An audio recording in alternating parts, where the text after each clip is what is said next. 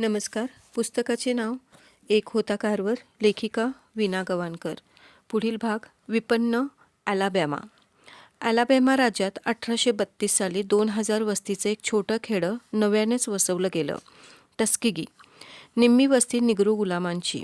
अर्धी उमर गुलामगिरीत काढून मुक्त झालेला काळा लुईस ॲडम्स आणि पूर्वायुष्यात गुलामपदरी बाळगून असणारा गोरा जॉर्ज कॅम्बल या दोघांनी मिळून निग्रोंसाठी शाळा उघडायचं ठरवलं. त्याच शाळेसाठी त्यांनी आर्मस्ट्रॉंगना पत्र पाठवलं होतं. आर्मस्ट्रॉंगनी आपल्या हॅम्प्टन संस्थेतून ज्ञानाची मशाल हाती घेतलेला ताज्या दमाच्या निग्रो तरुणाला बुकर टी वॉशिंग्टनला या शाळेसाठी पाठवलं.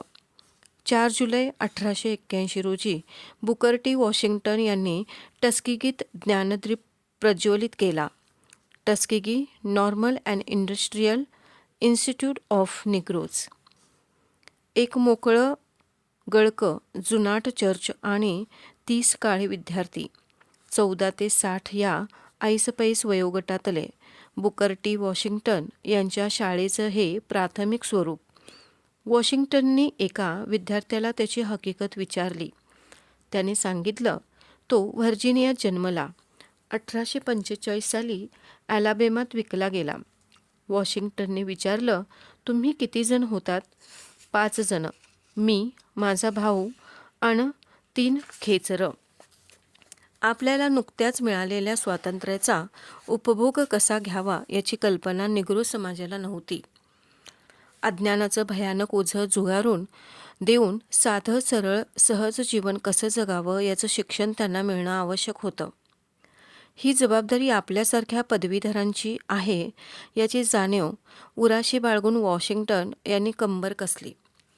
पद्धतशीरपणे काम पार पाडत राहण्याची, टप्प्याटप्प्याने ज्ञान आत्मसात करण्याची सवय या विद्यार्थ्यांना लावणं भाग होतं. गुलामीत कष्टच केले, आता मुक्त झाल्यानंतर ज्ञानार्जन करताना कष्ट करण्याची गरज आहे असं म्हणणं म्हणजे सत्याला सामोरं जाण्यास नाकारणं. उज्ज्वल पूर्वेतिहासाचं पाठबळ नाही. जिद्दीने जगून नाव रोशन करावं असं मागे घराणं नाही. पूर्वजांचा धागा आईच्या मागे पोहोचत नाही. ही स्थिती आमच्या वंशजांपासून तरी बदलली गेली पाहिजे. त्यांना घराणं मिळालं पाहिजे, कुटुंब मिळालं पाहिजे. अभिमान वाटावा असे पूर्वज आमच्या रूपातून मिळाले पाहिजेत. आमच्याकडून त्यांना ज्ञानाचा वारसा मिळाला असं त्यांना अभिमानाने सांगता यावं. ही जबाबदारी आमच्यासारख्या पदवीधरांची आहे. राजकारणाचा मोह टाकून मी टस्केगीत दाखल झालो ते याचसाठी. 1881च्या अखेरीस वॉशिंग्टननी टस्केगी खेड्याबाहेरची 100 एकर जमीन $500 विकत घेतली. अर्थात पैसे भरले आर्मस्ट्रॉंगने. वर्षभरात विद्यार्थ्यांची संख्या 50च्या घरात गेली. वॉशिंग्टन यांचं स्वप्न 50 पटींनी वाढलं. त्या 50 विद्यार्थ्यांना हाताशी घेऊन त्यांनी 100 एकर जमिनीवर आपलं स्वप्न उभारण्यास सुरुवात केली. गुलामगिरीत मग ती आर्थिक असो की सामाजिक राबण्यापेक्षा आत्मोद्धारासाठी पडतील ते कष्ट उपसण्यात प्रतिष्ठा आहे, हे आपल्या विद्यार्थ्यांच्या मनात बिंबविण्यासाठी त्यांनी स्वतः हात कुदळ फावडं घेऊन धडे घालून दिले. मुळाक्षरांबरोबर धंदे शिक्षणाचे पाठ त्यांना गिरवायला लावले. सुतारकाम, कुंभारकाम, गाद्या तयार करणं, चपला शिवणं, विटा भाजणं इत्यादी कामात त्यांनी आपल्या विद्यार्थ्यांना तयार केलं. विटांची भट्टी उभी करणं त्यांना बरेच दिवस साधत नव्हतं. अनेक प्रयत्न झाले, सारे फसले. पैशांची ओढगस्त तर 5वीला पुजलेली. शेवटचा निकराचा प्रयत्न करण्यासाठी आपलं मनगटी घड्याळ गहाण टाकून वॉशिंग्टन यांनी पैसे उभारले. भट्टी जमली, पण घड्याळ गेलं ते कायमचंच. पण त्याची खंत कोणाला? शाळेच्या विद्यार्थ्यांनी भाजलेल्या विटातून शाळेच्याच विद्यार्थ्यांनी वॉशिंग्टन यांच्या मार्गदर्शनाखाली उभारलेली भव्य वास्तू पाहून सारी पंचक्रोशी दिपली. स्वतःच्या हाताने उभारलेल्या वास्तूत राहण्याचं भाग्य त्यांना प्रथमच लाभत होतं. पण ही इमारत उभी करताना त्या साऱ्यांना किती कष्ट आणि किती उपासमार सहन करावी लागली होती. कधी अन्नधान्याचा साठा अपुरा म्हणून, तर कधी रांधण्यासाठी जमवलेला लाकूड फाटा वीटभट्टी तापविण्यासाठी वापरला जाऊन, कारण ते आद्य कर्तव्यच ठरलं होतं. अन्न न शिजू शकल्याने उपासमार. पण जिद्दीने पेटलेल्या विद्यार्थ्यांनी त्याची तमा न बाळगता इमारत उभी केलीच. या शाळेतील विद्यार्थ्यांनी विटा भाजण्यामध्ये एवढं प्रावीण्य मिळवलं की इतरत्र त्यांना मागणी येऊ लागली. त्यांनी बनविलेल्या गाद्या, चपला, चट्ट्या अलाबामाच्या निरनिराळ्या बाजारातून दिसू लागल्या. शाळेत तयार होणारा माल या ठिकठिकाणच्या बाजारपेठातून पोहोचवणं सुलभ होण्यासाठी वाहतुकीचं साधन म्हणून खटाऱ्यांची आवश्यकता होती. खटारे विकत घ्यायला शाळेकडे पैसे नव्हते, पण वॉशिंग्टननी जिद्दीने हाही प्रयोग सुरू केला.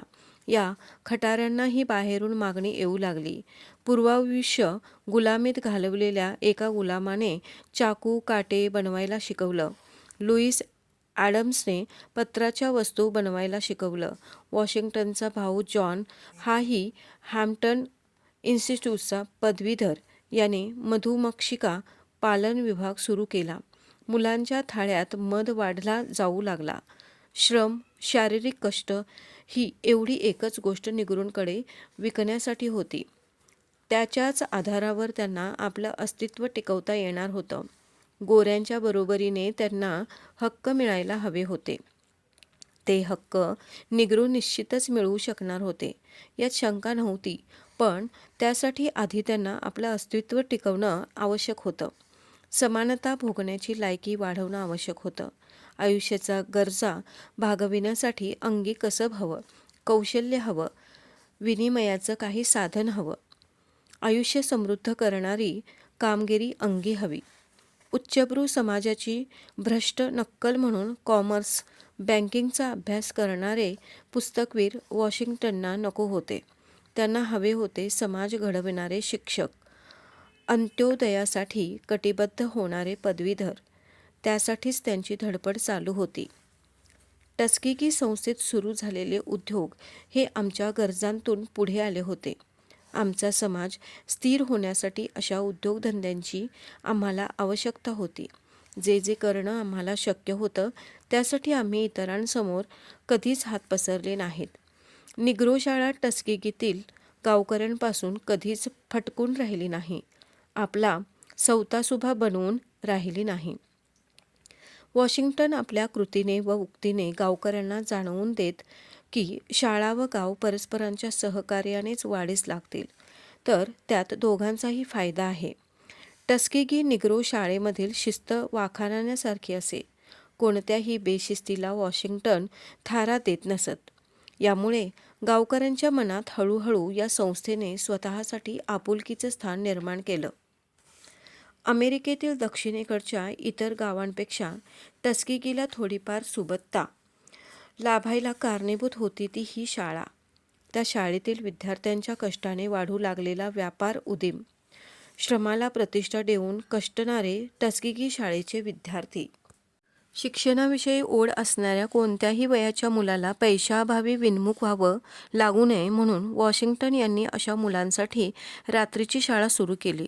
दिवसा काम, रात्री विद्यार्जन. दिवसाचे 10 तास शाळेच्या आवारात सपाटून काम केलं की रात्री शिक्षण मोफत मिळे. ज्याला शिक्षणाची आच असे तो या कष्टातून तावून सुलाखून निघे आणि शिक्षण आत्मसात करी. शिक्षणासाठी घेतलेल्या कष्टांचा मोबदला त्या गरजू विद्यार्थ्याला गादी, कपडे, पुस्तके इत्यादी स्वरूपात देण्यात येई. उरलेला पैसा शाळेच्या बँकेत जमा होई. दिवसाच्या शाळेची सोय लागण्याइतका पैसा त्या विद्यार्थ्यांच्या खाती जमा झाला की त्या विद्यार्थ्याची रात्रीची शाळा बंद होऊन त्याला दिवसाच्या शाळेत जाता येई. अशा कष्टणाऱ्या विद्यार्थ्यांवर वॉशिंग्टन यांचं विशेष आस्थापूर्वक लक्ष असे. त्यांच्या पालनपोषणावर ते जातीने लक्ष ठेवत. कष्ट करून शिकणाऱ्या मुलांचा शिक्षणाकडे ओढा राहील याची दक्षता ते घेत.